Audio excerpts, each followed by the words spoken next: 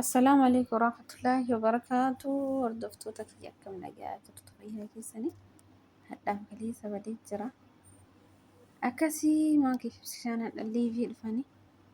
Waaw maashaallah tabaarakallaa akkana zana hojii jedhaa jiranii. Garuu sagalee isaanii muuziqaa qaba malee nama kolfisiisa. Hadha maqaa ilmaa ofiitii baasaa oolanii. Kaalid maalii wanni isaan hin baafne hin jiru siniin jedha kolfaan nu fixan. Garuu sagalee isaanii muuziqaa waan qabuuf ol baasuu hin dandeenye. Boodarraa ammoo ittidha kan muuziqaa hin qabne siin jedha. Maashaallah tabaarakallaa.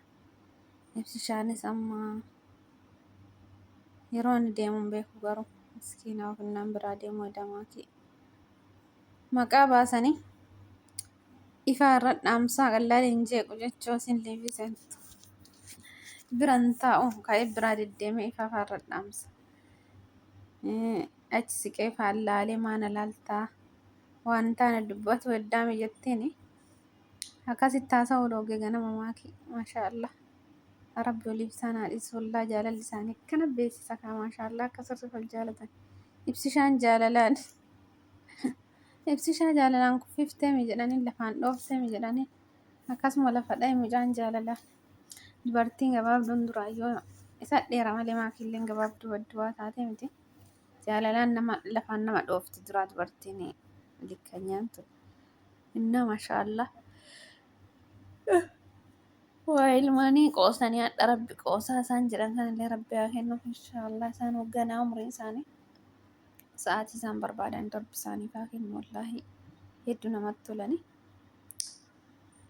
Rabbi oliif isaan haadhisu jaalalli isaanii nama hinaafsisa dhugaa rabbi jabdaa irraa qabu iji miidiyaa kun nama sodaachisa. Ija miidiyaa kanaa isaanii sodaadha wallaahi. Baay'ee garuu baay'ee ibsishaan baay'ee dhufaa hin jiru duuba haasa'a. Duuba haasa'a inni geemii taphataa yaanii geemii taphata inni taphataa isiin ammoo liivii jirti. Yoo achi waa isiin jedhan innillee deeggaree achi sagaleen jedha.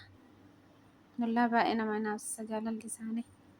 Rabbi oliif isaan haadhisu hamtuu isaan irraa qabu qaqqaaliiwwani. Mataa akkuma irraa kaateen dhufteen sirreeffanne jettee qaqqabdiif viidiyoo achi darbisan irratti asii ammoo wanti waraabaa jiranii. Yuutuubii dhufnaa liivii yuutuubii dhufnaa jedhanii. Komentii baasuuf didee ibsaan seenee bahee jiru. Komentii baasuuf didee bayanii.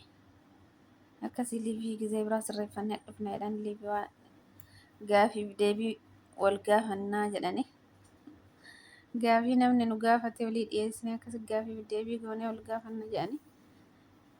Yeroo sanitti sirroofneef naaf fakkaate liivii kanas baay'ee duraan liiviin fayyadamne isaan liivii tiktookii malee kaa tiktookara malee yuutuubaraa miti. Amma garuu yuutuubaras ta'uuf kuma dhibba nu galchaa jirani.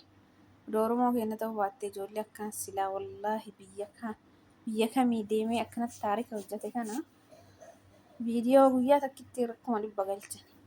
Haa ta'uuti kaa Oromoon keenya ol guddisuun beeku wallaahi waliin guddisan waan akkanaa Oromoo akkana ta'uuf bicha naan galleen rabbi isaanii haa laaffisu. Viidiyoo oduu bichaan dhageeffatanii namni gariin wallaahi sabiskiraayib mas harki isaan dhukkuba na fakkaate namaa godheen bahu akka waan qarshii harka sanarra qarshii namaa kafalu. Maal ta'a sabni kee guddate atiin sabiskiraayib oduu namaan godhin nama bira lixxaanaayyuu mi'as mo'annaa godha. Namni akkasii akka gaaxxaa mi'a dhuftan na guddisaa mi'ana kuma shanna seensisaa. Akkasii maashaallah oliif sinaa dhiisu jaamtuu sinirraa qabu. Horaa bulaa deebanaa isin hin jenne kaa qaqqaaliiwwani baay'ee natti tola wallaahi hedduu natti tolani. Jaalalli isaaniillee nama hinaafsisa namatti tola. Isiniin jedha ibsishaallee lakkii akka malee jaalate maakii wallaahi. Juuza bakka gootee fidduuf tokkottillee bakka sanittillee waraabne malee juuza gootee fiddiif ganama. Sargii isaanii yoo mul'ata sargii godhatu wanna jettee turte sinirraa mummaa dheeriifama. Akkasii rabbi oliif sinaa dhiisu beelloo godhattan malee wal biraan deemnaa qofa uummata qashtii. Akkasii maashaallah tabaarakallaa namatti tolani. Samaakiin iskarbii tanarra maaliif raannan kun immoo hedduu qabdi. Hedduu jaalatti na fakkaata iskarbii tana. Akkasii isuma dadhaabaa sagalee kaarra isiniidha isiniin jedha.